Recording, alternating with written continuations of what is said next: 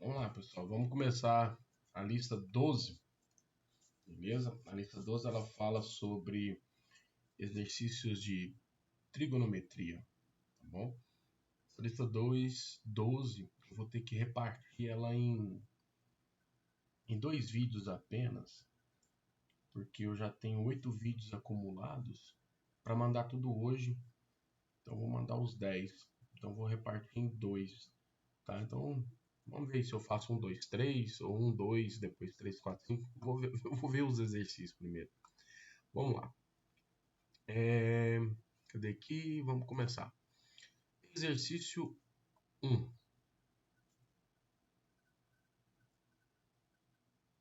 Exercício 1. Nesse problema 1, o cara fala assim: para determinar a distância de um barco até a praia, então, a distância de um barco até a praia, o navegante utilizou o seguinte procedimento. A partir de um ponto A, mediu o ângulo visual A, fazendo mira em um ponto fixo P da praia. Entendi muito bem esse A, não, mas tá. Mantendo o barco no mesmo sentido, ele seguiu até um ponto B, de modo que fosse possível ver o mesmo ponto P da praia. No entanto, sob um ângulo 2α. Então tá aqui, ó. Ele estava aqui olhando o ponto P por um ângulo alfa, certo? Aqui, ó, olhando o ponto P num ângulo alfa. Depois ele andou, olhou o ponto P num ângulo de 2α. A figura ilustra a situação e o barco está andando nesse sentido. Suponha que o navegante tenha medido o ângulo alfa de 30 graus. Esse exercício é clássico. Vamos lá. Ele está falando que esse ângulo aqui é de 30 graus. Se aqui é 30 graus, aqui vai ser 60 graus. Perfeito? 30 vezes 2. Verificou que o barco havia percorrido uma distância de 2.000 metros. Então, o barco percorreu uma distância de 2.000 metros. Com base nesses dados e mantendo a mesma trajetória, a menor distância do barco até o ponto fixo é, ou seja, ele quer saber essa distância. Toda vez que falar em menor distância, você vai pensar em um segmento de reta que forma um ângulo de 90 graus com a trajetória sua. Então, ele quer saber essa distância. Esse exercício, igual eu falei, é clássico. Inclusive, ele estava na minha prova. Não esse, mas o igual a esse. Quer ver? Olha só. Se aqui é 60 e aqui é 30, esse ângulo aqui é de 120 graus. E esse outro ângulo aqui é de 30 graus. Por quê? 120. O que falta para dar 180? 120. 180 tira 60, 120. A soma dos ângulos internos de um triângulo devem ser iguais a 180 graus.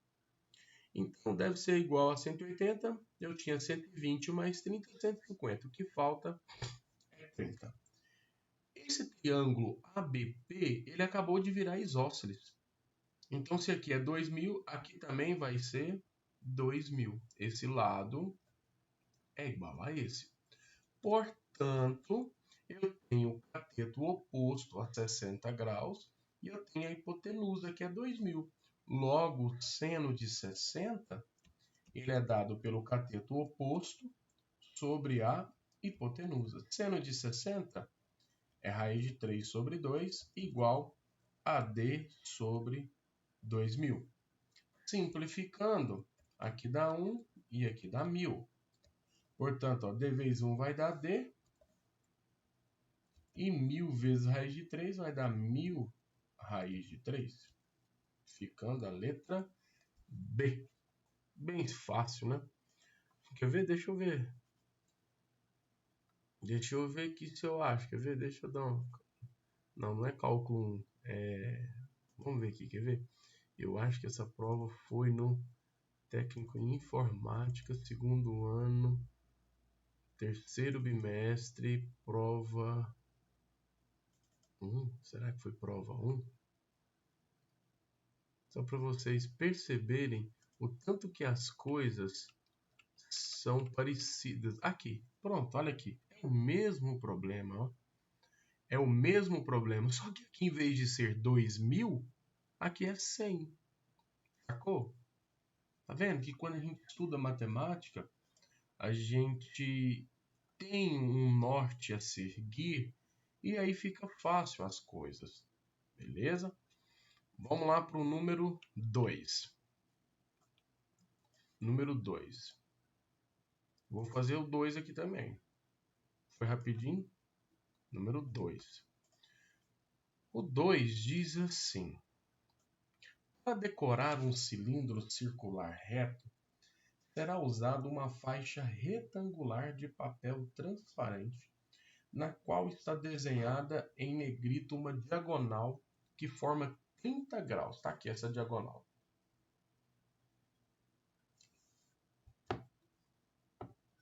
Essa diagonal. Com a borda inferior, 30 graus. O raio da base desse cilindro é 6 sobre π. E ao enrolar a faixa, obtém-se a linha no formato de uma hélice. Olha lá, enrolou. O valor da medida da altura desse cilindro é quanto? Então, eu quero saber esse H aqui. O que ele fez? Ele enrolou. Se ele enrolou... quantas vezes esse cara enrolou esse troço? Deixa eu botar aqui de azul, para ficar diferente. Quantas vezes ele enrolou? Deu quantas voltas essa linha? Deu... completa. 1, 2, 3, 4, 5 e essa coincide com essa. Então essa com essa daqui, ó, soma 6 voltas. Então ele deu 6 voltas. Beleza. Se eu dei 6 voltas, eu cobri o meu cilindro 6 vezes. Esse segmento aqui, ó, esse segmento aqui da base, ele passou 6 vezes no cilindro. Ou seja, qual é o comprimento total gasto? Seria 6 vezes o comprimento de uma circunferência, que é dado por 2πr. Então, o comprimento total seria 6 vezes 2 vezes π, vezes π, vezes r. Quem é r? É 6 sobre π. Simplificando, esse π com esse π simplifica. E aí nós ficamos com 6 vezes 2 é 12, 12 vezes 6, 12 vezes 6, 72. Então eu gastei 72 centímetros para enrolar. Então isso aqui é 72. Agora o que eu tenho nesse triângulo aqui? Eu tenho cateto oposto e eu tenho cateto adjacente. Quem é que trabalha com cateto oposto e cateto adjacente é a tangente. Então, tangente de 30 é o cateto oposto, que é H, sobre o cateto adjacente, que é 72. Tangente de 30 é 1, 2, 3. É o 3, 1, 3. O primeiro sobre 3, raiz, raiz, raiz. Lembra? Então, aqui é raiz de 3 sobre 3 igual a H sobre 72. Se eu simplificar aqui por 3, sobra 1. 72 dividido por 3 dá 2, sobra 12, 24. Então, o H ficaria 24 raiz de 3 centímetros. Então, letra B. Beleza? Então, exercício 2 foi pro pau. Vamos pro 3. Vou fazer esses 3 logo uma vez. Vou fazer só os outros 2. E aí eu fecho a lista 12. Vamos ver o que se fala. Quando a função é feia assim, pode saber que o exercício é fácil. Vamos lá. A quantidade de certa espécie de crustáceos, medida em toneladas, presente num trecho de mangue, foi modelada pela equação. Tem essa equação aí. Onde T representa o número de meses transcorridos após o início do estudo e W é uma constante. O máximo e o mínimo de toneladas observados durante esse estudo foram... eu falei que ia ser fácil. Esse tipo de questão é clássica também. Por quê? Observem que aqui ele depende do valor do seno de alguma coisa. E qual é a graça disso? O seno é uma função limitada. Por exemplo, quando você faz o gráfico do seno, só para você ver aqui, ó, o gráfico do seno. Vou até fazer aqui para vocês aprenderem a mexer com isso também. Vamos no GeoGebra. Só para eu ia pegar o gráfico aqui só, mas eu vou escrever assim: y é igual ao seno. Aqui ele entende seno como sin, tá? Beleza, olha o gráfico aí. O gráfico do seno de x, ele é essa figura. Ele é um gráfico que ele é periódico. O que isso significa? O seno de x,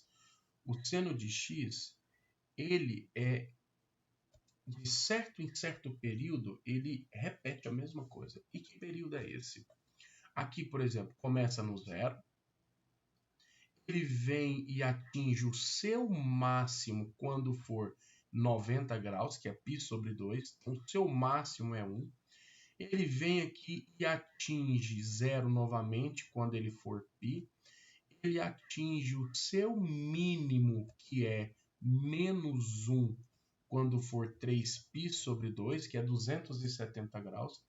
E ele volta a coincidir com zero quando ele completa o seu período completo, que é 2π.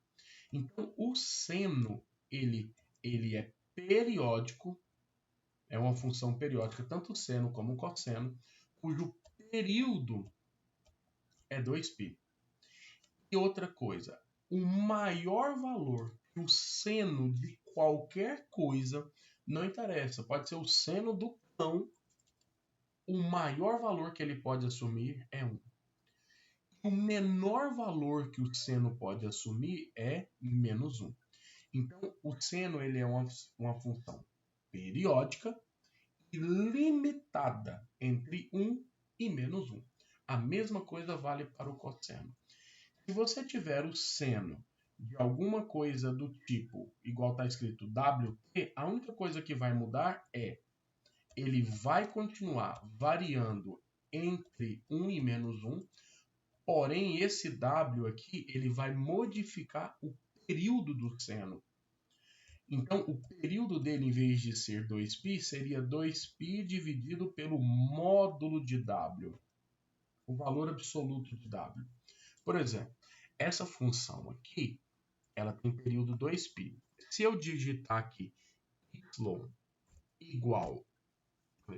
não foi, peraí. É porque está selecionado aqui, né? Se eu digitar aqui y igual a seno de 2x, olha só o que vai acontecer.